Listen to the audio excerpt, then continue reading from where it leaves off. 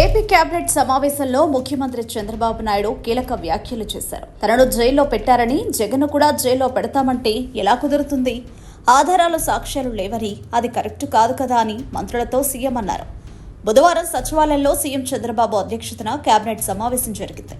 ఈ సందర్భంగా జగన్ తప్పు చేశాడు కదా, మనమెందుకు చర్యలు తీసుకోకూడదు అని మంత్రి గుమ్మడి సంధ్యారాణి ప్రశ్నించగా, అతను తప్పులు చేసినట్లు రుజువులు ఉంటే చట్టానికి దొరికితే మనం చర్యలు తీసుకోవాలి. మంత్రులు చాలా జాగ్రత్తగా ఉండాలి అని ముఖ్యమంత్రి సూచించారు. ఈ ఏడాది మంత్రులు బాగా పనిచేశారని, ఇంకా కష్టపడాలని, ఈ ఏడాది ఏం చేశారనేది ఒకసారి సమీక్ష చేసుకోవాలని సూచించారు.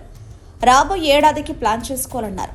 సంక్షేమ కార్యక్రమాలు బాగా చేశామని, కానీ ఏం చేసినా జనాన్ని ఎంపవర్ చేయాలని మంత్రులకు తెలిపారు. పోలవరం, బనకచెర్ల ప్రాజెక్టులకు కేంద్రం సాయం చేస్తుందన్నారు. కేంద్రం సానుకూలంగా స్పందిస్తోందని, ఆలస్యమైతే ప్రతి ఏడాది వ్యయం పెరుగుతుందని అన్నారు. నిధుల సమీకరణ కూడా జరుగుతోందన్నారు. పోలవరం, బనకచెర్లకు కేంద్రం, రాష్ట్రం, Asian development bank hybrid annuity మోడళ్లలో కూడా నిధులు వస్తాయని అన్నారు. క్వాంటమ్ వ్యాలీని చేయాలని 2026 జనవరికి కార్యరూపం తీసుకురావాలని వెల్లడించారు. క్వాంటమ్ వ్యాలీ బిల్డింగ్ డిజైన్స్ ను డిప్యూటీ సీఎం పవన్ కళ్యాణ్ కు చూపించాలని అధికారులకు సీఎం ఆదేశించారు. ఈ నెల 15న తిరుపతిలో సినిమా సెలబ్రిటీలతో యోగా నిర్వహించాలని తెలిపారు. టూరిజం మంత్రి వెళ్లి సెలబ్రిటీలను ఆహ్వానించారని, తాను కూడా కొంతమందికి ఫోన్లు చేసి చెప్తారని సీఎం అన్నారు. 1983లో మహానాడుకు షర్ట్లు పసుపు నీళ్లలో ముంచుకుని అటెండ్ అయ్యారని, అప్పటి నుంచి మహానాడు నిర్వహిస్తున్నారన్నారు.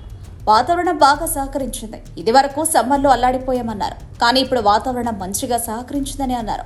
ఈసారి మహానాడు బాగా జరిగింది. కార్యకర్తలు కూడా బాగా వచ్చారని కేబినెట్ సమావేశంలో తెలిపారు. తప్పులు చేసిన వారు ఎవరూ కూడా తప్పించుకోకూడదని స్పష్టం చేశారు. చట్టం, న్యాయం ప్రకారం వెళ్లాలని సీఎం తెలిపారు. నదుల అనుసంధానంపై కేంద్రం సానుకూలంగా ఉందంటూ సీఎం సంతోషం వ్యక్తం చేశారు. పోలవరం, బనకచెర్లను చేపట్టి ఎట్టి పరిస్థితుల్లో పూర్తి చేయాలన్నారు. కేబినెట్ లో యువగళం గురించి మంత్రి లోకేష్ ప్రస్తావిస్తూ, యువగళం ప్రభుత్వానికి బ్రేక్ త్రూ అని వ్యాఖ్యానించారు.